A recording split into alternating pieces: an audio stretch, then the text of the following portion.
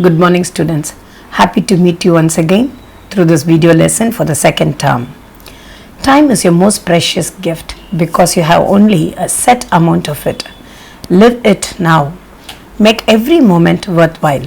The Bible says in Ephesians chapter 5 verses 15 to 19, be very careful then how you live, not as unwise but as wise, making use of every opportunity. Yes, first term we have completed the first term and we are stepping into the second term. Let us not waste any more time but make maximum use of every opportunity that we get. Let's continue with the lesson, P block elements. Today we are going to see preparation of silicon tetrachloride to start with. Silicon tetrachloride is SiCl4. We know silicon is a fourth group element just like carbon. So it has got 4 valencies. It forms covalent bonds, mostly covalent bonds. And this is a structure just like methane CH4, we have SiCl4. Let's see how it is prepared. So silicon tetrachloride is prepared by passing dry chlorine mixture of silica and carbon along with chlorine inside a porcelain tube at a temperature of 1675. Silica is SiO2. Silicon dioxide is called as silica. So silica, carbon and chlorine, all three are mixed together and passed through a porcelain tube to get silicon tetrachloride. Commercially, it is prepared by reacting silicon. Silicon is just Si along with hydrogen chloride or hydrochloric acid. At 600 degrees Celsius, we get silicon tetrachloride and hydrogen gas. Let's look at the properties. It is a colorless fuming liquid which freezes as minus 70 degrees Celsius. It hydrolyzes in moist air to give silicic acid. SiOH4 is silicic acid. And in the presence of moist ether, which is an organic compound, it forms perchlorosiloxanes where N is nothing but 1 to 6. This SiCl2O group, ethoxy group, it may be 1 or 6. It is a long chain compound. Next, it can undergo alcoholysis. It can react with alcohols or ethers to form an organic compound. So here the chloride ion in silicon tetrachloride is replaced with the alcohol or the ethoxy group, just like an ether compound we will get. So I have taken ethyl alcohol here, so we get SiOC2H5 4 times. All the 4 Cl are replaced by the ethoxy groups. I have a structure showing methoxy groups along with silicon. So here is if I instead of ethyl alcohol, if I take methyl alcohol, we will get SiOCH3. So you can see the 4 OCH3 groups or methoxy groups attached to silicon. Just like this, it can also undergo ammoniolysis or it can react with ammonia. So when it reacts with ammonia, I take 1 molecule of ammonia which reacts with 2 molecules of silicon tetrachloride. Chlorine from here and hydrogen and chlorine from here and hydrogen are removed. 2 molecules of HCl are removed and I get a compound like this which is called as chlorosilazane. So you have SiCl3 because 1 chlorine reacts with H and H is removed as HCl from the 2 SiCl4. Now let us see the uses. I think you can understand this. Silicon chips for semiconductor. We know silicon is a very good semiconducting element. So silicon tetrachloride is used in the preparation of silicon, which is used as semiconductors. This is silica gel. You can find this inside capsules. It's a very good dehydrating agent. It removes moisture. So it is used as a starting material in the synthesis of silica gel, silicic esters, and as a binder for ceramic materials. Your porcelain pots, if they break, if you use this, it acts as a very good binding element. Next, we are going to see silicones. Silicones are nothing but organosilicon polymers. They are a class of very important compounds.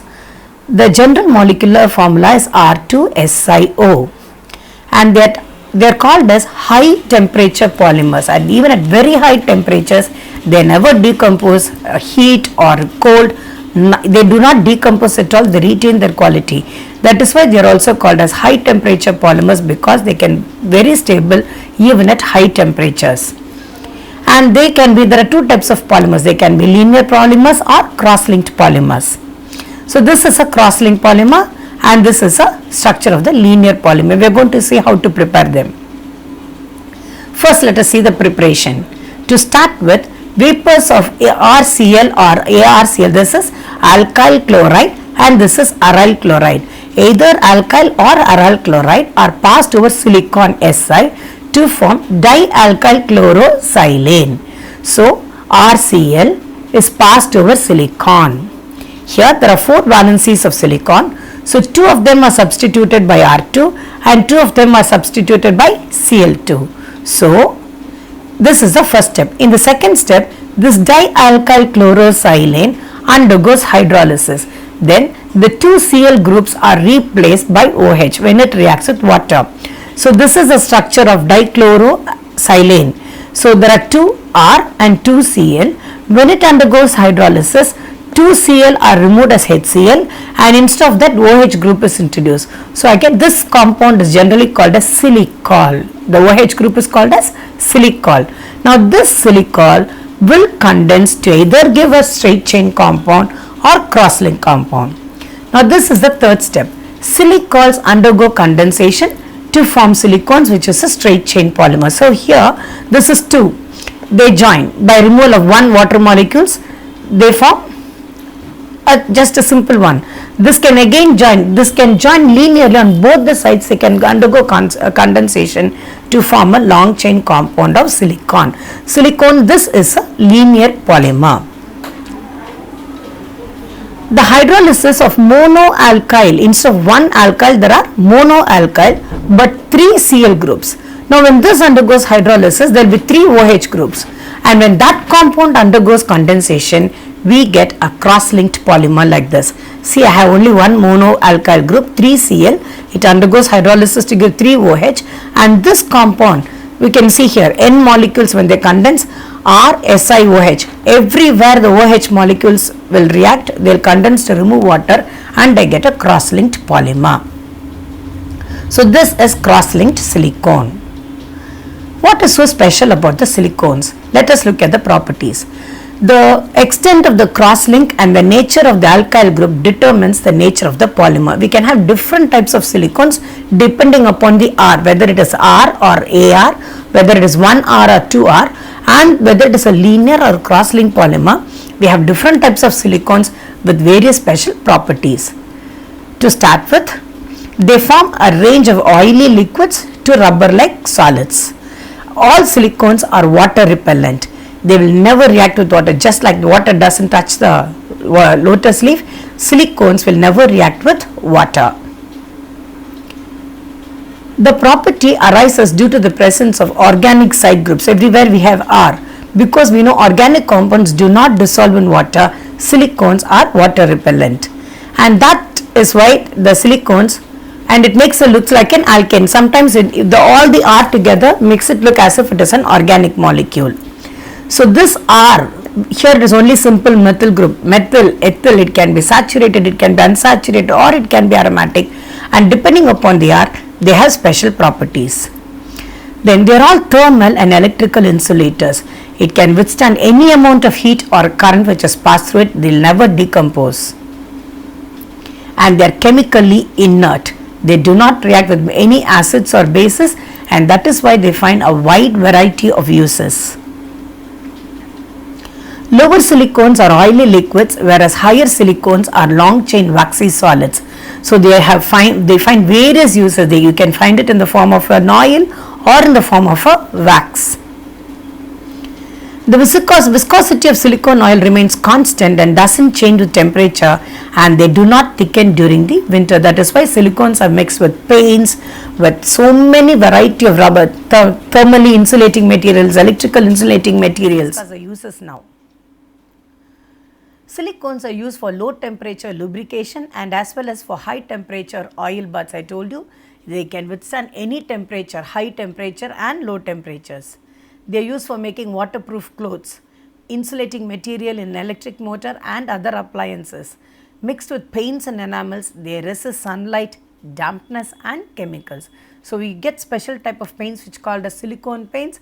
When you use them, they will never peel off, they will never decompose, the color also remains the same, they are water resistant and heat resistant.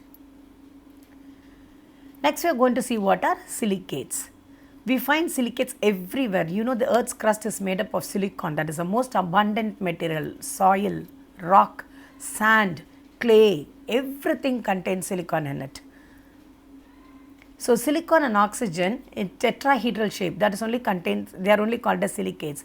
The units are linked in different patterns to form silicates. Nearly 95% of the earth's crust contains silicate minerals and silica. I told you SiO2 is silica. Yes, that is only sand and various forms of sand. That is why 95% is made up of silicon. Glass, ceramic industries, everything is nothing but silicate industries. Now let us see the different type of silicates. First it is orthosilicate. They are also called as nesosilicates. Here this is a simplest silicate. It contains discrete means what? Separate single units of SiO4 4 minus. They are tetrahedral units and each one exists as separate silicate, orthosilicate. So this is one orthosilicate unit, SiO4. Silicon in the center surrounded by 4 oxygens in a tetrahedral fashion. So separately each one is discrete, they are not joined together, they are separate, that is called as orthosilicate or nesosilicate. Example, we have phenazite, which is beryllium silicate. This is the structure of beryllium silicate. 2 beryllium molecules are atoms are attached to the silicon, tetraoxide. Next we are going to see what is pyrosilicate. They are also called as sorosilicates. Here they contain Si2O7. 2 silicate units are joined together through an oxygen atom. So 2 tetrahedral units are joined by sharing 1 oxygen atom.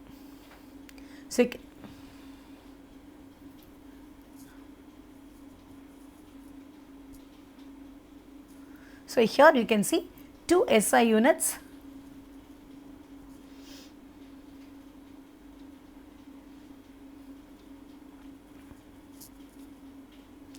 2 Si silicon O2 units are joined together through 1 oxygen atom. So only 2 units are joined together and they are called as pyrosilicates or sorosilicates. The next we are going to see cyclic silicates. They are ring silicates. Here the silicates contain tetrahedral SiO3 2N linked together where 3 or more tetrahedral units are cyclic arranged. 2 units or 3 units will be arranged in a closed cyclic manner. And each silicate shares 2 of its oxygen units with the other. There previously only 1 oxygen was shared, here 2 oxygen atoms will be shared.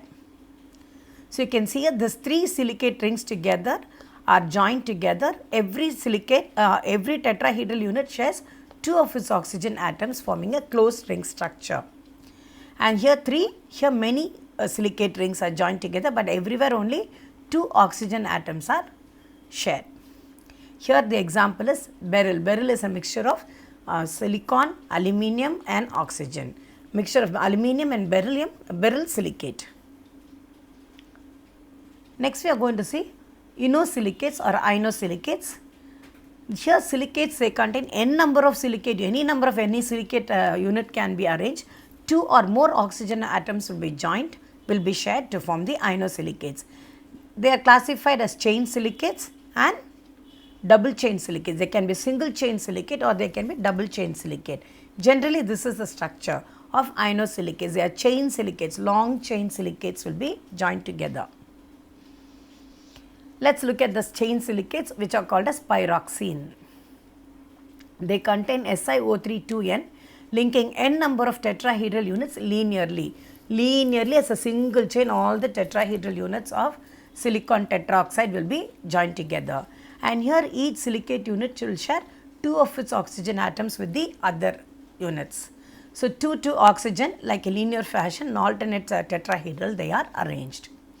For example of this is spodumene.